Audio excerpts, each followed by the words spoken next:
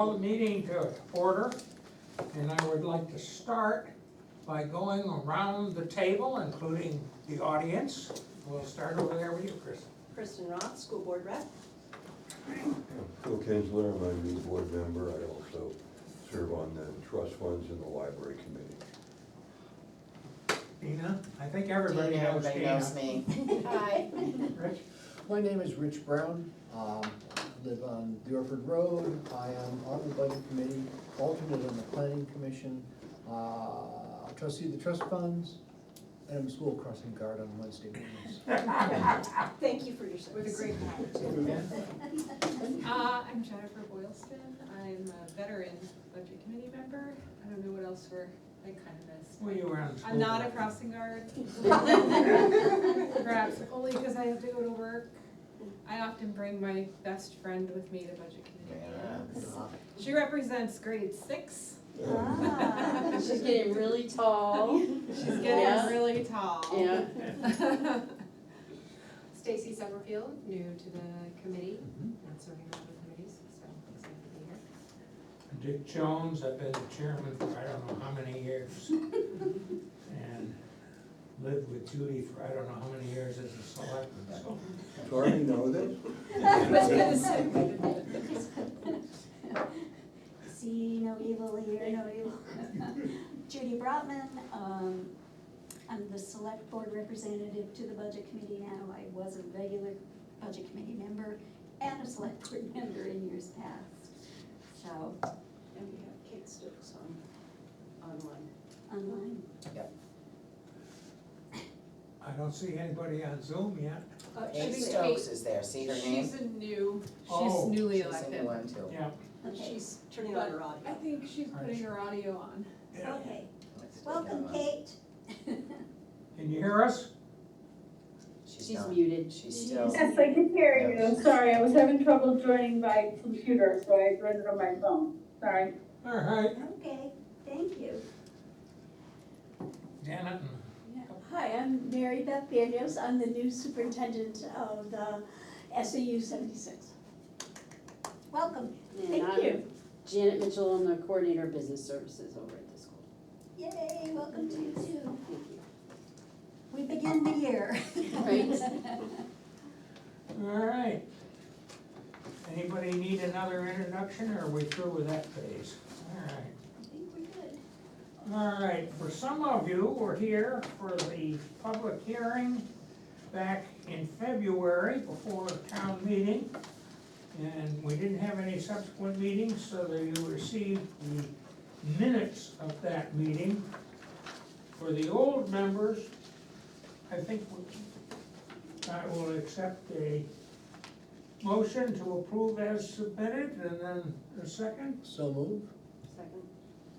Any changes, corrections, or additions? Okay. I'm just gonna call it unanimous at this point. All right, the next item on the agenda is election of the chair and vice chair. So Judy, you wanna, I will move Dick Jones to be the chair. I'll second. I was waiting for one of you. Okay. any other? Other nominations? Don't make eye contact, then you won't. All If those you in do, you're gonna get elected. All those in favor? Yeah. Excellent. All right, I'd like to have a vice chair in case for some reason I miss a meeting. So we have somebody to call on. So, do I hear a nomination for vice? Or I don't have a volunteer. All right. No, I think it's Bill Malcolm was serving. He was last year, was. yeah. And when you make the mistake of not showing up, you get Right. volunteered. I think you should appoint him, that's right. I think you did a great job. Yeah. I don't think he had any meetings last year. I will move Bill for vice chair. I'll second that. Thank you, Jennifer. Any other nominations, any comments? I guess Bill got elected, that's the problem when you don't show up, you know. All right, the next item is really, in one sense, the real reason for this meeting. And the reason I try to put out a schedule this time, when there's a blank period before we meet again, is remember that the school and the town have a lot of work to do before it comes into the budget committee. So I like to give them a little time, and the school gets a little more time. So that, and we've always met on Wednesday nights at 7. And I've found in my history with the town, you never wanna change the night you meet, because people run for serving on committees based on the schedule. So, Such a good reason to run. and also on the availability of this room. Yes. So, I think the Wednesday, unless somebody wants to make real noise, I think we're gonna stay with Wednesday at 7. No problem. Now, did anybody looking through this schedule have any issues with it that they wanted to bring up? The only comment I have is on the agenda that says we're approving the 23-24 meetings schedule. So we should probably know we're approving the 25-26. Yeah, I changed that, but I didn't get. Which one is it? It's right down here, June. review and approval of, it should say 2025, 26. The rest of it got noted, it was just. Good catch, I just skimmed right over that. And will there always be opportunity for virtual? This is one of the committees that Zooms all the meetings. Okay, great. We do have a little proviso, if I may, that if we need a quorum here, if there isn't a quorum here, even if everybody else is on Zoom, there's no meeting. So Yeah. you need to let Dick and Dina Yeah. know if you're not gonna be here, In so. person. If you're not gonna send me or Dina an email. Great. And as I say, the reason for that is Governor Sununu, when he canceled the emergency COVID, said you have to have a quorum in the room. What is the And you total? also have to stay for the whole meeting. You can't just zoom in and vote on something and zoom out. Oh my goodness. What is the total membership? So what's a quorum? Like, is it? 6. 6? Okay. I just didn't remember the final number. So, any questions? We've done the meeting minutes.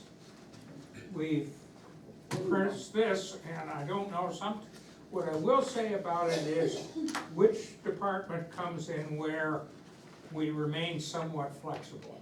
Right, I was gonna warn you, that I think that the two of the ones you have in the first meeting, they need to swap with somebody, but as we get closer, I'll know. So when Gina sends out the message with the Zoom data, it will have an agenda, and if we've swapped out, we'll swap out.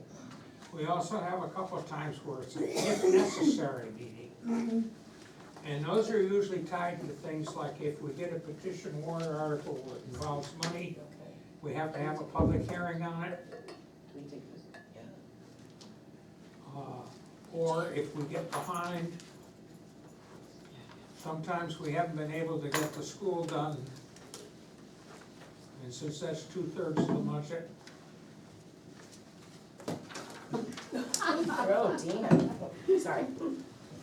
Good arm. Thank you. Repose in Pick your trust. shade Each off other the- already. pick your shade off the chair. Sorry, I was just trying to add a little humor. all right. Are we ready, Judy? Do you wanna give us a rundown? Oh, we have, excuse me, we have Vince Burke also here. Vince, Oh. welcome Vince. Welcome. He's on Zoom, I think. Yep. Mark. Yeah, no, I'm here. Apologies, I'm in Chicago. I'll be in person next time. Excellent. All right. Well, I think it's one wonderful little device called an owl. It makes that work. we, You don't have me on the big screen though, do you? We Oh, you're up on it. Oh, yeah. Oh, yeah. Too bad. You That can't would hide be a that easy. frightening sight for all of you. Yeah. Almost life size. yeah, All right, Judy, do you wanna have a quick review of where we sit on the town and Well, we sit presently in pretty good shape, but we know that we have another whole quarter to go, and that usually includes at least one snowstorm, and sometimes some legal that is not anticipated, and, we're close. We have, Dina, this one says 35% left of all the departments, but we think it's actually much less. We have some vehicles that need repair. We have some legal that's gonna eat up some of the legal budget if we only had We 35% have all the left. payroll that, you know, we know, Yes. so. And overtime that may come in with the snowstorms. And then we do have, I would also say that we've said for the last 2 or 3 years that we were focusing on bringing up the operating budget to where it should be in terms of payroll and benefits and facilities, upkeep. This year, we're really gonna have to look, and Phil and Rich will support this, at our capital reserve funds, because they are underfunded, they need to be beefed up. We've got these 2 vehicles that need emergency repairs, and there isn't, probably not enough money in that particular capital reserve fund, so we're gonna have to go, rob Peter to pay Paul. But, Yeah, we emptied the vehicle capital reserve fund last year, and then we only put 200,000 back into it. so it's iffy, but And when the fire truck comes too, it breaks the bank. Did you see that Bedford one off, just off the shelf was $1 million? Custom would be 2 million. yeah, we know. So stuff's coming down the pike. I think we can manage, but we need to be very, very careful, and we know probably the school is in the same position. Dina, did you wanna add anything to that? No, I think that's, I that's would the just important add, thing, we're just really scrimping already. I would just add that I am amazed at what wages are right now. I heard that someone was paying high school kids $30 an hour to pick veggies. It's The amazing. other thing I should probably, did capital reserve the legal, we have 3 lawsuits pending. Yeah. That's gonna take some of our money really quickly. The flashy sign that we've talked about for several years, the board in the spring did vote to install it when we had funding for it. We did apply to the Lyme Foundation. We were turned down, or I like to say rejected.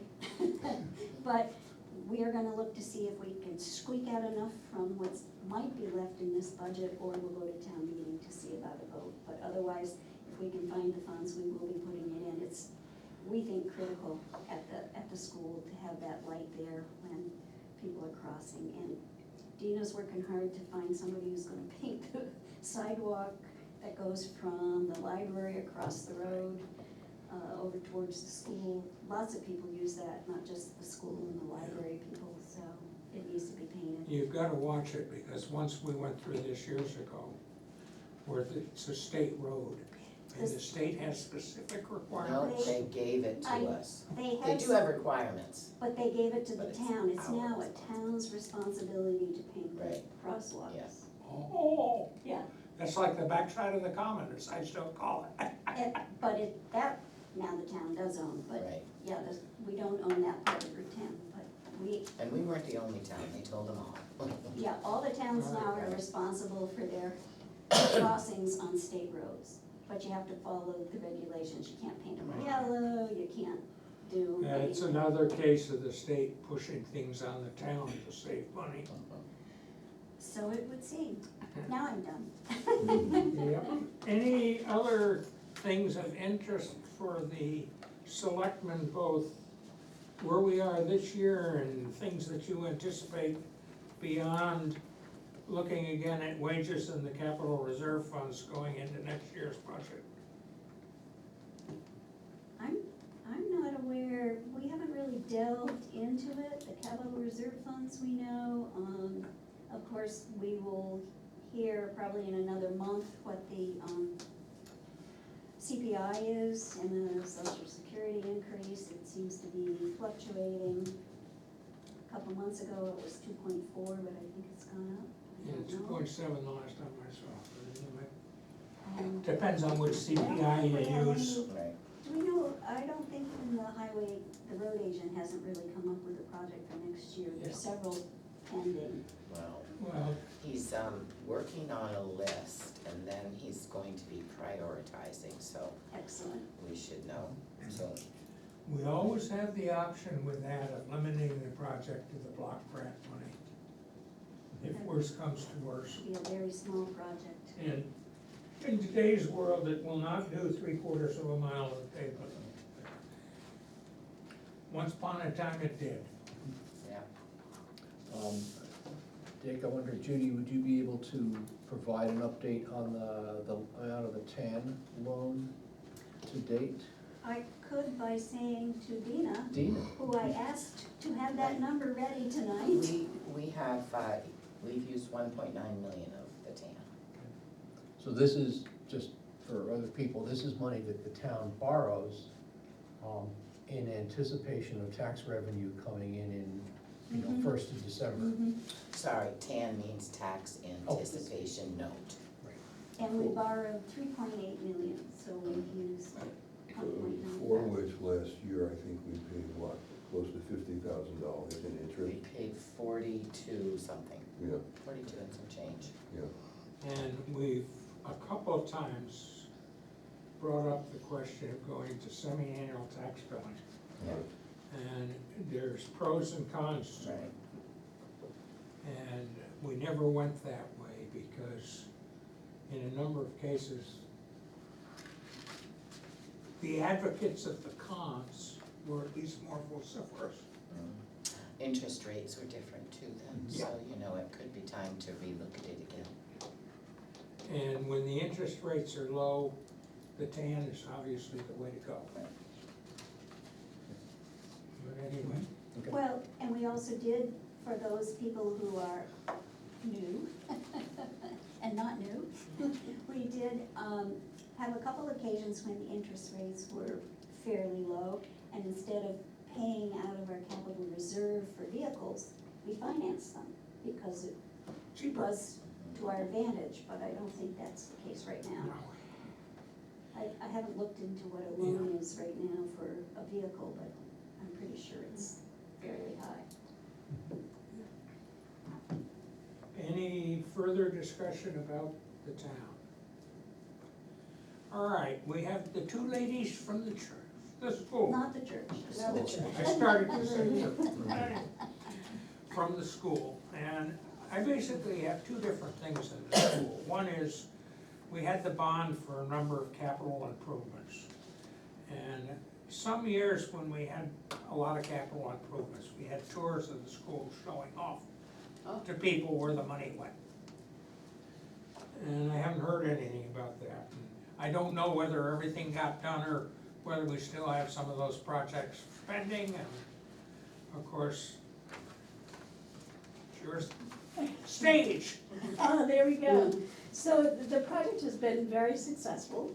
The kids are in the classrooms, they look phenomenal. We are still at a few little punch list items before it is totally wrapped up.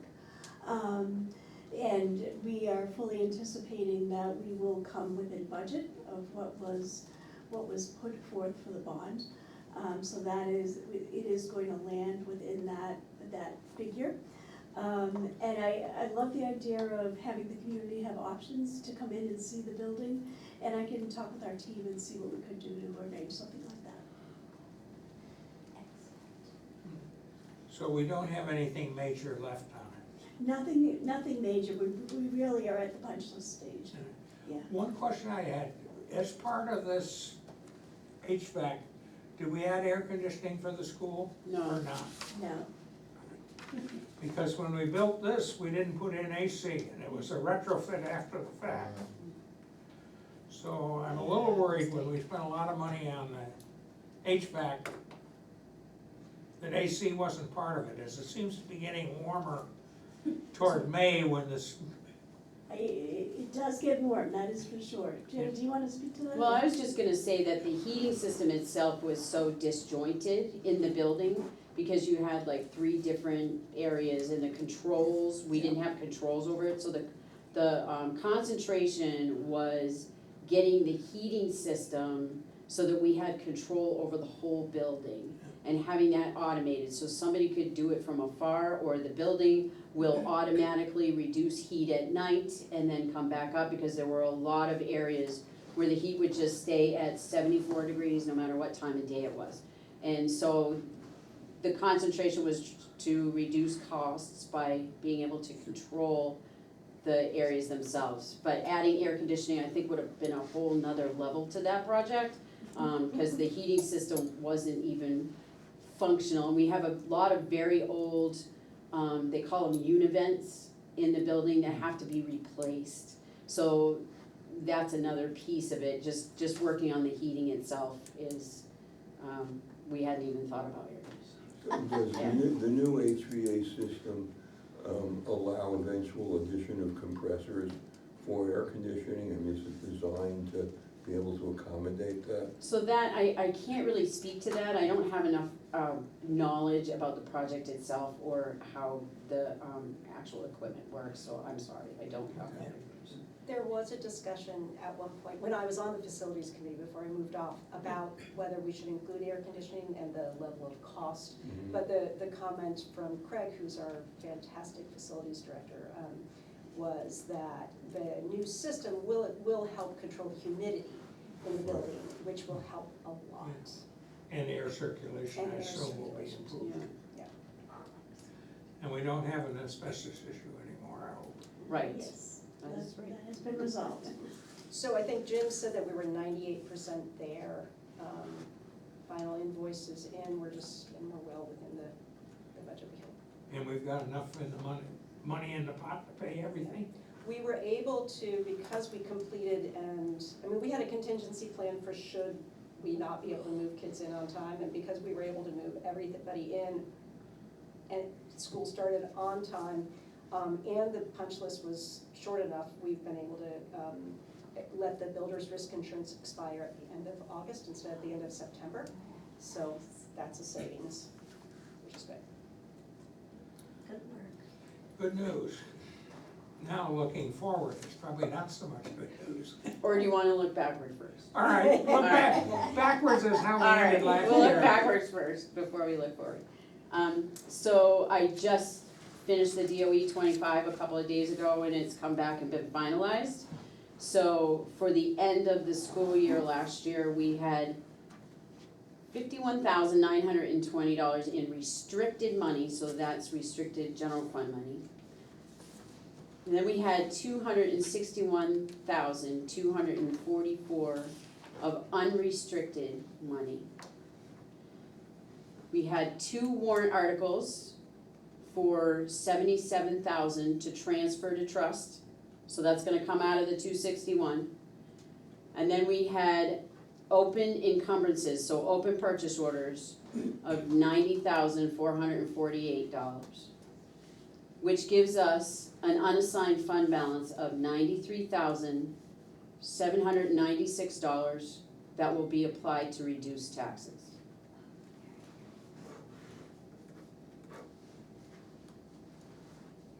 That's a very nice figure. Good work. Yeah, it was Thank good, you. yeah. That is really nice. Can we get copies of those numbers? Yes, I'd be happy to get copies of those. Thank you. That's all attached to the agenda from last night too. If you don't wanna wait till you get it, we had a school board meeting last night. The public should be able to go into the agenda and see all the public documents. Okay, And if you need help finding those, I can. okay, thank you. In other words, we've got 93,000 something Yes, extra and money. I've already applied it to the revenue stream for this year. Excellent. We also, I don't know if you guys know this, but last year, the New Hampshire Municipal Bond Banks did a sale of the 2014 bond, which resulted in a $95,000 savings to the town. Wow. Yes, but the way the rules were set up to apply that money over the course of, years, like dividing it out. So every year, I have that in like a special revenue line, and then I'm gonna move it up to offset. That also offsets the tax dollars, because they come in under other local revenue, and it reduces the overall taxes. So it's sitting in, a liability account, and then I will do a transfer into as revenue, and then it will offset the amount of the 2014 bond payment. So it's about $9,500 a year, until the bond is paid. And how long? It's 10 more years. It's a 10-year bond, right? Yeah. Well, the new one's a 10-year bond, the other one's a 20-year bond that will expire. In 10 years. Paid off in In 10 10 years. years. So both bonds go off, Oh, we nice. just By have that to hold time on you- for 9 Look. years. By that time, the school's gonna come in for another big chunk of Well- money. Let's hope not. It seems to happen all the time in the past. Yeah. Well, the town too.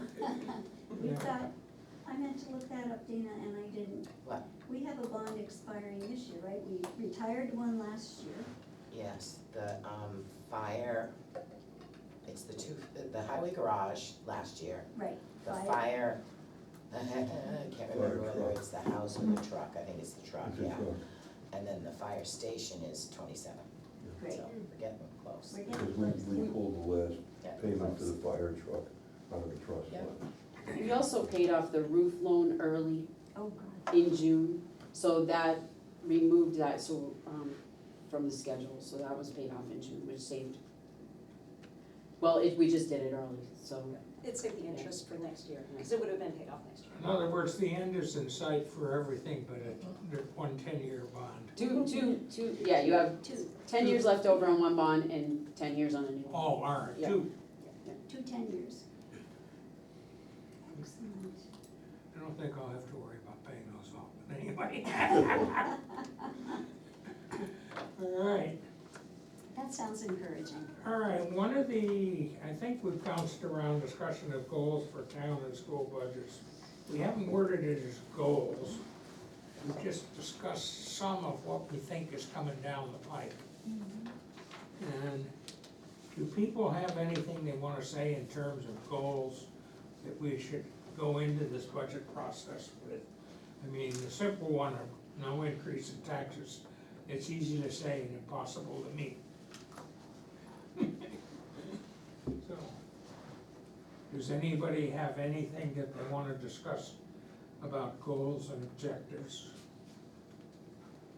I suspect we all want to be as careful and frugal as we can be while getting the job done. you know. Yeah, as we said, we're gonna have to beef up the capital reserve funds, because we rely on those, and be fair to our employees who are hardworking. I mean, and as with the school, I'm sure it's just every year takes more money to do pretty much the same thing. But our Well, goals you're- are to provide a really stable environment here in Lyme. Yeah. The roads in good condition, the plows working, and people being able to come in here and get the things they need. Well, the school, how many more years do you have on the Education Association contract? This will be, the last year, so the increase on that is 3%. And then renegotiations. And then. So we got another year before we Right. negotiate a new contract. Correct. And, we should have the insurance numbers within a week or so. I should, Okay, Health Trust. for health trust. all of But that, to me, I view that as money that has been already, in a sense, obligated. Our only control is the number of teachers we have, which Well, it is is. when we And split up the employees. classes. Well, it is Well, obligated, but Yeah. you have to Yeah. adjust. We still have to You have vote. to adjust for it somewhere else if it's 11% or 12% or. And, yeah, It's a contractual obligation with the teachers. Well, I was talking about the town employees. Well, that too. Yeah. Now, we've already beat around the bush, but I think we have topics for further discussion. Steady is the whole status of our capital reserve funds. yeah, That we need to have a really good look at those as to whether, how are they adequately funded, and can we adequately fund them? Because there's still a lot of people that aren't doing so well financially right now. 2 out of 3 of the trust fund members are here, myself and Rich. We get a report every month, an MS9, on what remains in the trust funds. And, you know, the biggest drain is the vehicles. You know, the biggest drain is the intense amount of costs in the vehicle capital reserve funds. Well, what we have to do is that steady, is project out what vehicles we're gonna have to buy when, and what heavy equipment when, and when we may need to hit the high school tuition fund because of a spike in number of students. Right. Well, I wanna talk more after we're done with the capital reserve discussion about potentially things we may see because of state changes or potential state changes that just should be on everyone's radar. Well, the one thing about the vehicles, you've been privy to the big chart, which is mind-boggling, at least initially. There has been some sense that occasionally we've pushed vehicles out for an extra year or two, and then we've paid a high price in terms of repairs. And then the other thing is, some folks have said maybe we should go a year earlier, which would be great in terms of the graph and the chart, but it might also be very difficult speeding things up with another big chunk. But then again, vehicles cost more every year you wait, so Yeah. it's kind of like a toss-up. Well, I'm sure Scott will have a lot of info on that, He's been and checking we'll be into that. sitting down, yeah, him and I over the next couple weeks. Because he's bound and determined that every single vehicle we buy from now on is getting an extra warranty, Mhm. an additional warranty, because you do that before, and it's a killer. I mean, And- it's a killer. We had some trouble with a few of the vehicles that, you know. Would have been covered had- with a that's correct. continuing warranty. So it's worth the money. But he also, just to warn you, really wants to push up purchasing the vehicles sooner than what we're doing. We're keeping the trucks too long, and for the work they do, the last 2 years, we're financially getting killed on them. Because they're breaking down every time you turn around. And then you have nothing to trade in either. I mean, we just have a new truck coming, and the truck that's there to trade in is literally worth nothing. Well, we do the same thing with police cruisers. Yep, and They're basically worth nothing after 6 years.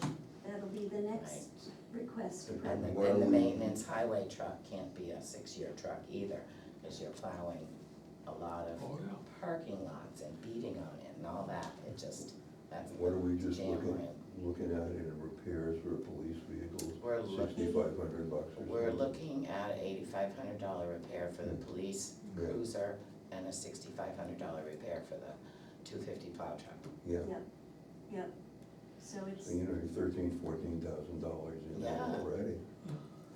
Now, in terms of the school, I've always had concern about your building maintenance fund. So Dick, could I go back to, All right, yeah. to this discussion? Judy, you alluded to a big spreadsheet. yes, Is that something we could get in advance of, well in advance of our next meeting, so that we can all look at it and see what's there? It might change, If but, it's ready for the next meeting, you Well, can, but I mean- it might yeah, not be. it might not be ready, but Right. yeah, even if you, so I'm suggesting you Even can if it's say an old- draft old, nobody believes this anymore. But I think the format would be interesting and useful for us to look at and then just say, oh, so that's how they do it, and, yeah. this truck was projected to last for 8 years It's or 10 pretty years. detailed, and actually it was started I think it was Mike Smith. And It was me and Mike Yeah. Smith, Yeah. Yep. Yeah, and we'd come into the budget committee, and the reaction, I forget who was the chair of the budget committee then, says, when Dick and Mike agrees, there's no point, everybody for it. But, yeah, I think if Dina has a chance to get it ready, I think it should be available. Well, and it is only the vehicle and the heavy vehicle, equipment. Right. right? You can't do it I for the have bridge the- fund, well, because the that one- is a reaction to a catastrophe. This is what I do for all the other funds, it's Yeah. just a quick little in and out. Yeah. The others are basically emergency. To some degree, the school maintenance fund, you can program some things in that. And, there were a couple projects that were brought up today. Today, yeah, actually, today we met with the facilities director and the principal to go over what are the things that need to be taken care of. And then we'll start looking at what are some available funds that we might have to cover that. And we're just beginning that process, so stay tuned, there'll be more information. Well, all I know is we've never had here what I had to do in the federal government was your maintenance of a building was 10% of the value of the building, was the annual maintenance cost. Annual. And that way you could always replace it when it was time to replace. That ain't happening here in town. That ain't gonna happen here. But that was the type of funds that you're talking about for no bond issues, all necessary repairs. Yep. And if you could get those numbers through OMB, you could get them. Yeah. All right, does anybody here have anything they would like to discuss before we adjourn after a 36-minute meeting? Yeah, just really quickly, these are not issues currently, but I want to put it on people's radar screens. We're gonna be watching legislation at the state level very carefully. The educational freedom accounts, as I think everybody knows, was passed and signed by the governor. That opened them up to all income levels. It is hitting its maximum for the year already. That is going to be a significant, well, that's the state's problem, although we're all residents of the state, so it's our problem too. But on the local level, what that means is that everyone in town potentially could take advantage of, if they wanted to use those funds in place of having their child enrolled in the public schools, which would mean, correct me if I'm wrong, we would lose the 4,000 whatever dollars of Per student. per student. Good. Currently, our enrollment in the Lyme school is essentially the same as last year. We're at 184.9 last year, and we're at 185 That's today. 4.9 kids. I know, we're talking about what happened to that. So, it doesn't look like it's affected us, at least from a standpoint of just sheer numbers, but just something to keep an eye on that we are keeping an eye on. The second thing, this did not get passed this year, but if it does pass, and the majority in the legislature is already talking about it again, is if an open enrollment plan passes and is signed by the governor, that has the potential to greatly affect us. We could lose students, but probably more broadly, we could gain students, but at a cost. We would not get, well, it depends on what the legislation would look like. But it's just something to just be aware of as you're watching what happens in Concord. This is stuff we're keeping an eye on, and it could greatly affect our budget. So people could potentially come here at less than the actual cost per student. I think it was what, 80%? 80% of the sending district, what was recommended last year. It didn't ultimately pass, but that's what was in the budget. So if you have a district that the cost per student is significantly lower than here, the sending district is only 80% of their costs. Yes. Correct. Exactly. And then if we have children who go to another district from Lyme, for example, even if that district has a lower per pupil cost, or tuition cost, we're paying 80% of the Lyme cost. To send them there. Are you getting any sense of whether the legislature is going to actually follow the judge's decision to increase the per student payment to There was- 7,300 and whatever it is? There was an article in the paper yesterday, if you didn't see the Valley News, about that, and that there was some sense at the end of the session in June that the majority leader or the speaker was indicating that he did not think that they had to follow it. The article today was indicating that it's not a comfort level that everyone in the majority party has. hard to say, I don't know if you've heard differently from. I have not heard anything, but I'm sure that will be coming up in future conversations. I think though, Phil, even if they do, what the sense of even the internal committees before that bill passed, the sense of the majority, and this is, and the Democrats and the Republicans, is that they would just shift that into the statewide education property tax. So fundamentally, no difference, like right, because the I mean, this is kind of a whole thing. The problem is that, I think one of the major problems with school funding is that we only have one bin, it's called property tax, right? Yeah. And there are funds that are used to go into the education trust fund, but they're like very small compared to what property tax contributes to the whole thing. And that's another thing with the EFAs, right? While that's just like state money, and we don't think, there are people in Lyme, I know at least 3 children who maybe 1 or 2 have left the Lyme school, but several who are already in private school, so they're not coming out of Lyme school, they're now eligible, like they're just taking, Right. so it's like $5,000 just off the bill of what they pay to the private school that they potentially have been paying for these private schools for a long time. You know, all that money comes from the education trust fund, right? And so those tens of millions of dollars are now not being used to support public education. Yeah.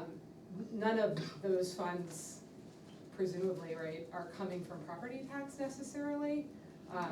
That's the other stuff, there's some business tax, lottery, all the other stuff that kind of supplements that.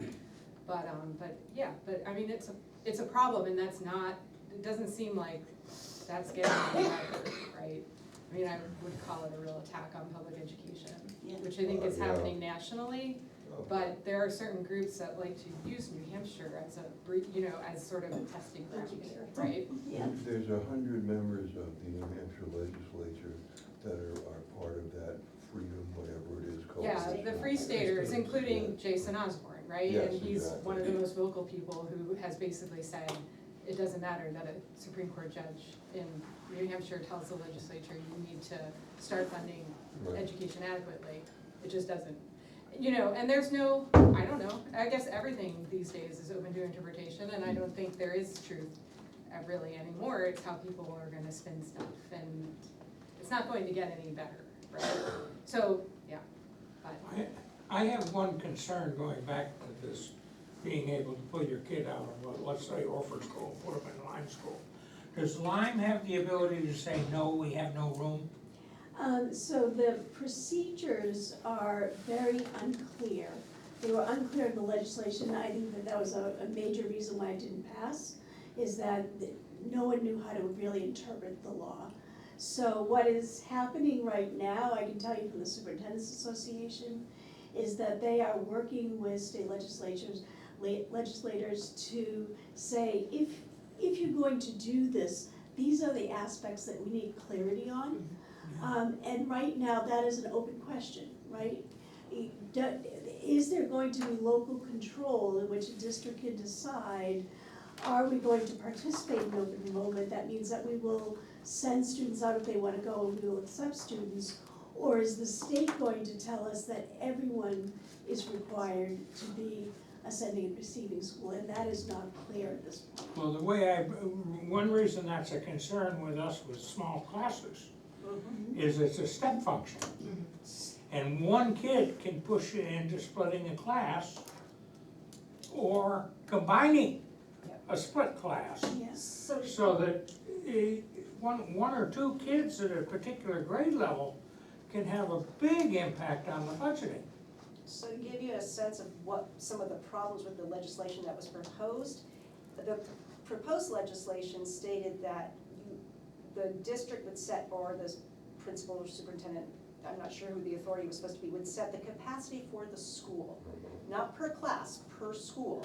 So if you said you could fit 200 kids in the school, it didn't matter if 18 people wanted to join in the first grade and you didn't have room for 18 people in the first grade, you were going to have to admit them if this legislation is passed. So that was one of the big concerns, is that they didn't define capacity well, they didn't define how the localities would control that. Yeah. Yeah. And the other thing is on this sort of school choice where you get a chunk of money if the kid doesn't go to the public school. We've always had in this community, because it's a fairly wealthy community, a lot of people sending their kids to prep school. Yeah. You know, going to St. Paul's or Berkshire or Avon or whatever. And we don't pay anything, they just disappear. For And now. under, Until the state, till the Now- state figures out that they can't Yeah. fund this, because they're not gonna be able to fund it, and it will come back. When does it not? Yeah. We have to paint our state roads now, right? Yeah. It's always little things like that, and my sense is that it will come back, because they don't actually have the money to fund it, and even, although with, and with the open enrollment legislation, what I've seen in the state is that basically you'll get these in the first year, these awfully written bills, riddled with like grammar errors, you can't understand everything. They show up at committee, the committee asks questions that are very logical, and then they go back and they fix it, and it takes maybe 2 or 3 years, but they'll fix it up. Michigan, though, is a state that's managed, they seem to have managed to do this open enrollment thing, and it seems to work in the state of Michigan. So, I mean, reasonably, they could have, That's really minimally, curious. we could look at like those other states and Yeah. ask how Yeah. are they doing it? Yeah. I'm not sure that Michigan necessarily has, I mean, we have some pretty extreme disparity district to district in New Hampshire that I fundamentally disagree with. There's a little piece of my heart that says this open enrollment might help to fix, right? well, Some of those disparities, but Yeah. it's gonna be a very bumpy decade or two I'm financially, really worried. while that Yeah. happens. I'm worried about our having to use our school budget to reimburse a family for $10,000 for sending their kids to St. Paul's. I think the EFAs as they are, to Jen's point, are not sustainable, and either a new legislature would need to rescind the law or amend the law, or it will eventually come down to the localities, because everything gets passed down to the localities eventually. Yeah, it does in New Hampshire. Well, It's we just not brag a sustainable. no income tax and no sales tax. And we have a And no- gazillion other taxes. Well, but no dividends and interest tax, and It's that's, canceled. yeah, that's now, No, but that's no, affecting. no capital gains either. I mean, New Hampshire it's, as I've said, people wanna change the motto, live rich or leave, right? And it's not, and that's becoming a real thing. Except, there's one thing interesting, the average, or the median family income in New Hampshire is the highest of any state in the country. Right, I know, but We like there just are, passed but there are Connecticut, New aspects, Jersey. there are aspects of things for New Hampshire where I think if you look at things holistically, what you'll see is that poverty is getting pushed.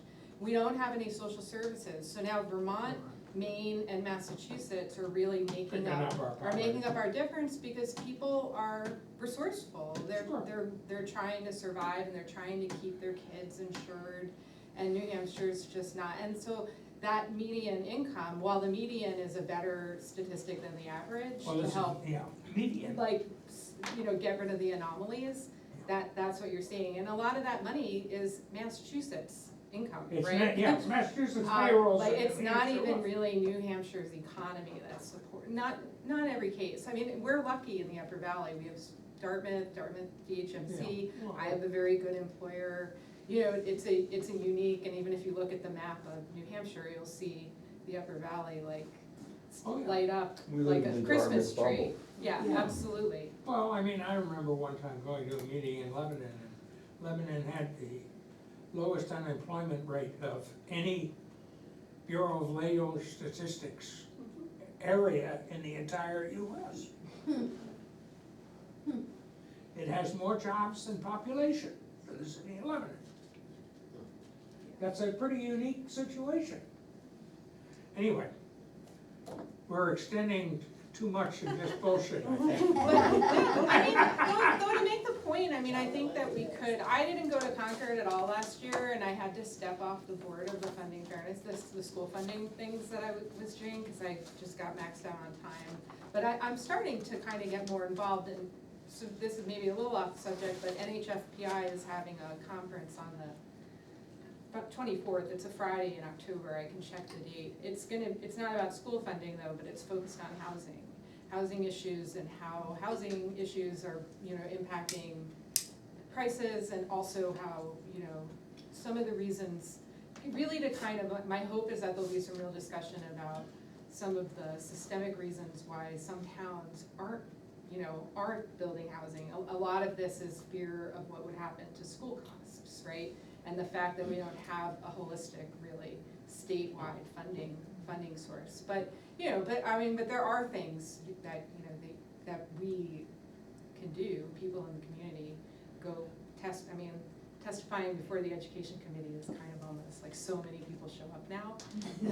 That some of those bill, I would not wanna be on the education committee in the House. They are there 4 or 5 days a week to get through that session, in part because, and you know what, the people who go to testify, I think maybe they had 5% in favor of EFA, 95%, like, and they voted across party lines, it was 10-10 on the committee, and the Republicans control the House, and so it doesn't matter, you know, so it's a little frustrating that you kind of feel like it doesn't matter, but it also does get the point out there, it gets written about, you know, it doesn't completely not matter. You may not feel like you're impacting the vote necessarily. I think more people are aware. Yes.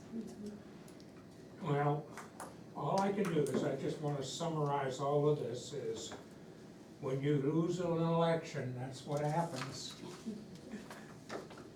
Thanks for that cheerful plug. And on that note, are we adjourned? But, I mean, look at the Supreme Court. No. The Democrats lost the election and. Let's not look at the Supreme Court right now. All right, do I hear a motion to adjourn? So Judy? moved. Do I hear a second? All right, Yes, thank you. let's all go home. Very good. All right. Thank you, everyone. I heard that first in reference to the Supreme Court. Yeah. And that's, All right, kids, let's rock it. You ready to rock on? What's going on here? What is this? Oh, wait, do you two know each other from before? We did like a little interview. Oh, that's right. Thank you both. You had 10,000 things going on. I don't think you wanna have too much of a detailed, 12 minutes of our No, I just asked. far-ranging discussion. No, I don't think I'm writing down. Jennifer. Hi, how are you? Good, how are you? How's life in the SAU? Oh, busy. Yeah.